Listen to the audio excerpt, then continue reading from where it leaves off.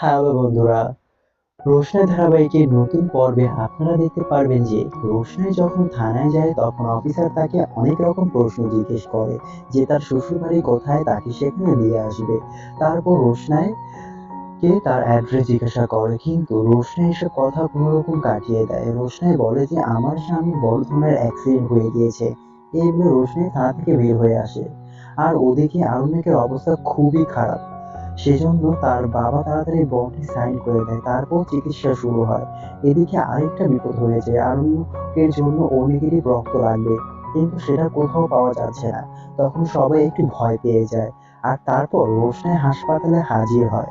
রোশনাইকে দেখে আরণ্যকের বাবা অনেক রেগে যায়, তাকে অপমান করতে থাকে। এদিকে গরিমার সামনে গেলে গরিমা তাকে অপমান তো করেই এবং তাকে একটা চড় থাপ্পড় মারে।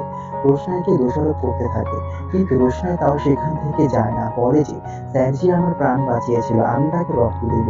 কিন্তু আরণ্যকের বাড়ির লোক তাও রোশনাইকে অপমান করে থাকে, তাকে সেখান থেকে বের হয়ে যেতে বলে।